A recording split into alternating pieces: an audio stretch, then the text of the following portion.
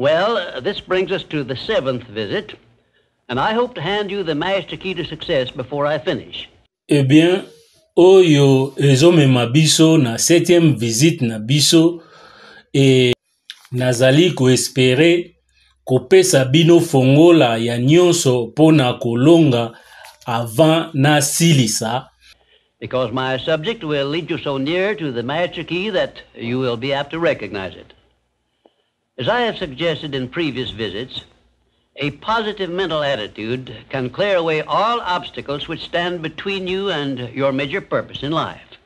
Parce que sujet oyo ekomema bino pembeni penza ya fongola ya nyonso oyo bokozala capable ya ko reconnaître. Ndenge na yebisaki bino na ba visite na biso eleki, attitude mentale positive ekoki ko sokola to ko bengana ba obstacle nyonso oyo ekoki ko telema entre yo na but na yo ya monene na vie. Because of the importance of the subject of our visit, I shall not only tell you that a positive mental attitude heads the entire list of the 12 great riches in life, but I am going to give you explicit instructions as to what you must do to keep your mind positive. Na tina ya importance ya sujet ya visite na biso, na koyebisa bino kaka te ke attitude mentale positive to kozala na makanisi positive ezali na moto ya liste ya ba 12 richesses ya minene ya vie. Kasi na kopesa bino ba instruction explicite lokola oyo okoki kosala pona o garder attitude mentale na yo positive. In all the success books I have written, I have never suggested to my readers what they should do without clearly telling them how to do it. Na kati ya ba livre nyonso na koma, na tikala jamais kopesa likanisi na ba lecteur na ngai ya nini esengeli basala sans koyebisa bango clairement ndenge nini bakoki kosala yango. Are you ready? If you are ready, this visit may bring the most important change in your life you have ever experienced. 1.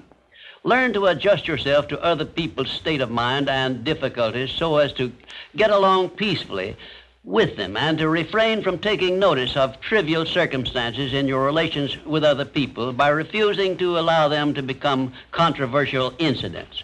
Great people always avoid small incidents of controversy when possible. Ozali prêt? Soki ozali prêt, visite oyo ekoki komemela yo le plus important changement na vie na yo oyo nanu o expérimenta jamais. 1. Yekola ko s'ajuster yo moko na état d'esprit to lolenge ya makanisi ya bato mosusu pe na état ya ba difficulté na bango na tina ndeti ya koyokana na bango na kimia.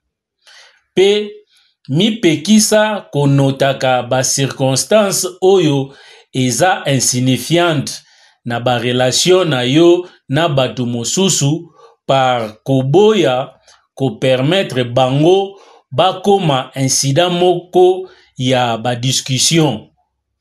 Batu ya minene ba evitaka ba incident ya mike pona ba discussion to ba débat tango ezali possible. 2. Establish for yourself a definite fixed system of conditioning your mind at the beginning of each day so you will keep it positive under all circumstances. 2. Établir système moko fixe bien défini ya ko conditionner makanisi na yo na ebandeli ya chaque jour. Nde oko garder yango ezala positive na ba circonstance nyonso. 3.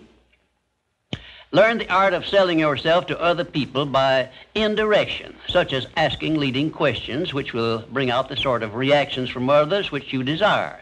And do not permit yourself to be drawn into argument over unimportant subjects.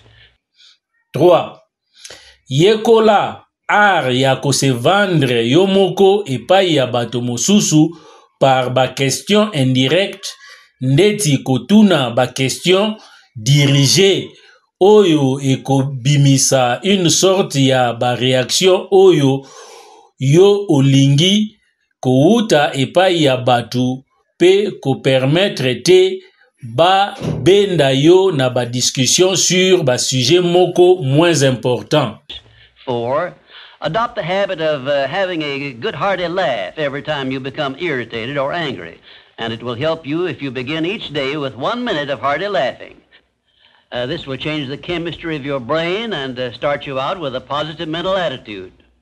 However, you had better get out of sight when you take your laughing exercise. 4. Adopter habitude ya kozala na motema malamu pe koseka tango nyonso okomaka irrité to na kanda. Ekoede yo soki obandi chaque journée avec 1 minute ya koseka moko ya pasi. Oyo ekochange chimie ya cerveau na yo pe ekodemare yo na attitude mentale moko positive. Toutefois, ekozala malamu o milakisa te tango ozali kosala exercice na yo ya koseka. 5. Start each day with an expression of gratitude for all the adversities, defeats, failures you have experienced in the past, and search for the seed of an equivalent benefit these have yielded you through the passing of time. Then give thanks for the blessings you expect to receive during the day. 5.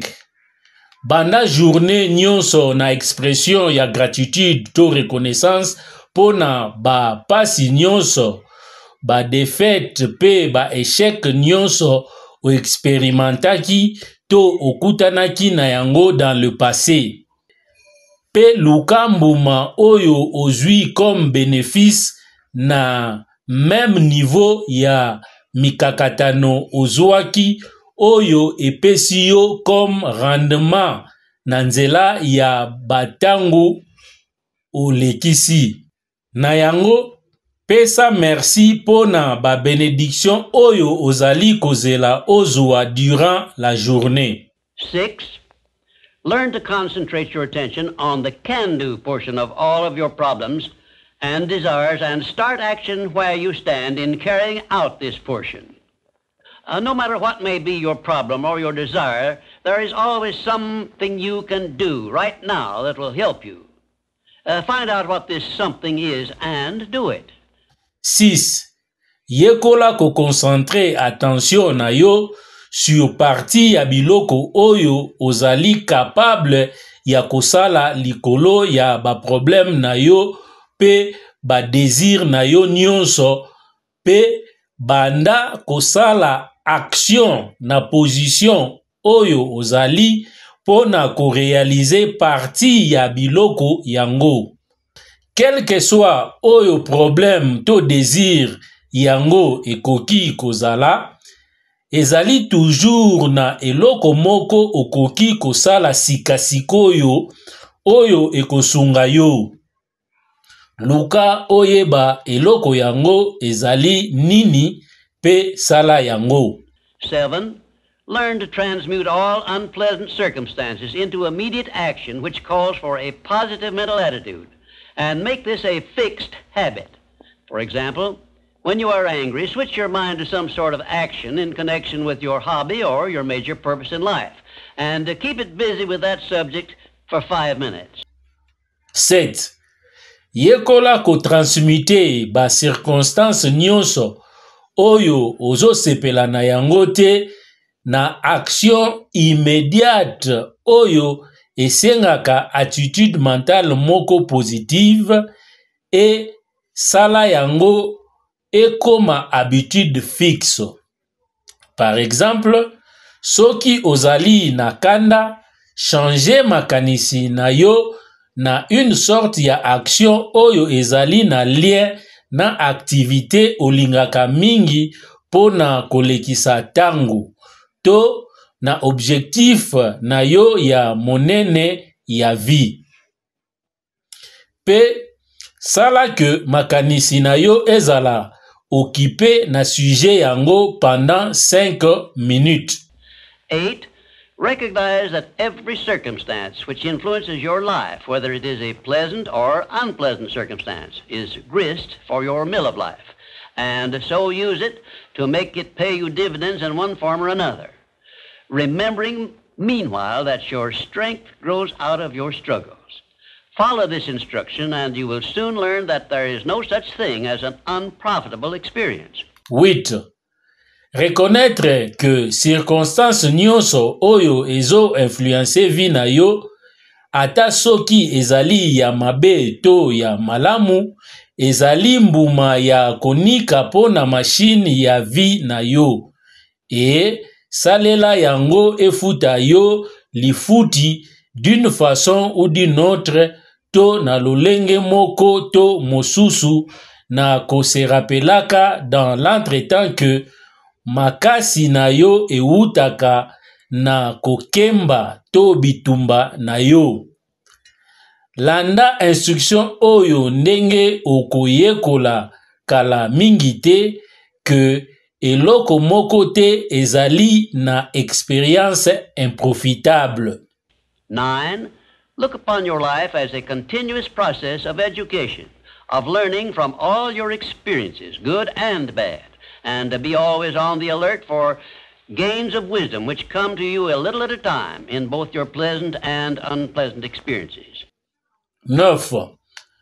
Mona vie na yo lokola processus moko continuel ya éducation ya koyekola na ba expérience na yo nyonso ezala ya mabeto ya malamu, ezala toujours en alerte po na ko gagner sagesse to bwanya oyo eyaka epai na yo muke muke na ba experience mibale ya mabe to malamu.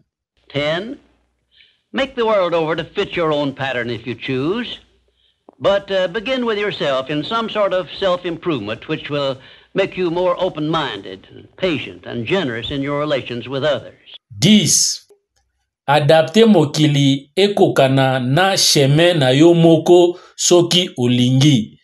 Kasi banda nanu na yo moko na une sorte ya amélioration ya yo moko oyo ekosala okoma ouvert na makanisi, patient pe généré na ba relation na yo na bato mosusu.